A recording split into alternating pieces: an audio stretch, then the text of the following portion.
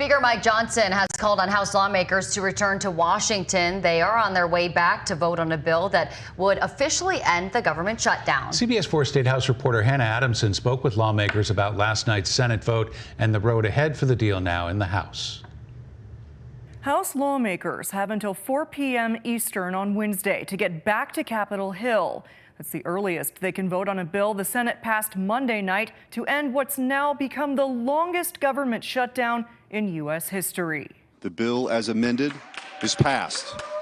After 6 weeks of an impasse on Capitol Hill, the U.S. Senate voted to end the government shutdown. The move came a day after a small group of Democrats announced they would vote with Republicans. We spoke with Indiana Senator Todd Young ahead of the vote. I just want to commend, we had 8 Democrats who decided to, I think, do the right thing. The bill now heads to the House for a vote. We really need to end this. Congressman Jim Baird says he expects the bill will pass this week without running into any roadblocks. I think they surely have ironed out most of those in the Senate. They've had a lot of discussion, and how many? 14 votes? The bill the Senate passed would fund the government through the end of January. The bill does not include an extension of Affordable Care Act subsidies many Democrats had been fighting for. Those subsidies are set to expire by the end of this year. How confident are you a vote will take place to potentially extend those health care tax credits into next year?